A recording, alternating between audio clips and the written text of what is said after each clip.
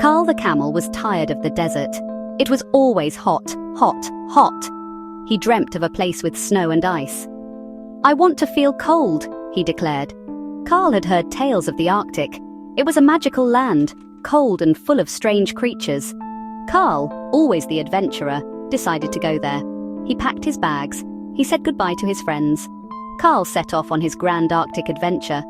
He was excited to feel the chill for the first time in his life. The journey was long and tiring. Finally, Carl reached the Arctic. He stepped off the boat onto the ice. Brrr, he shivered. It was colder than he ever imagined. The wind howled and the snow blinded him. He felt a chill he had never experienced before. Everything was white and unfamiliar. Penguins waddled past, staring at him with curiosity. Where were the sand dunes? Where was the warm sun? Carl started to miss the desert. Carl shivered. He needed warmth. He remembered something he had seen humans do. They smoked cigarettes to stay warm. Carl found an old cigarette butt left behind by an explorer. He picked it up and took a puff. Cough, cough. The taste was awful.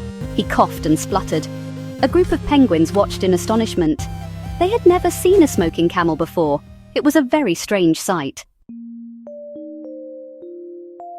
Section 4. A polar encounter and a change of heart. Suddenly, a giant polar bear lumbered towards Carl. The bear looked very surprised to see a camel. It was even more surprised to see a camel smoking a cigarette. "What are you doing here?" the polar bear growled. Carl, still coughing, explained his desire for cold weather. The bear chuckled. "The Arctic is no place for a camel," he said. The bear's words made Carl realize the truth. He missed the warmth of the desert. Carl decided to go home. He thanked the polar bear for the advice. He boarded a boat back to the desert, leaving the cigarette behind. Section 5. A desert return. Back in his familiar desert, Carl felt content. The sun warmed his hump. He learned a valuable lesson. Exploring was fun, but there was no place like home. He also vowed to never smoke again. He had stories to tell and adventures to share.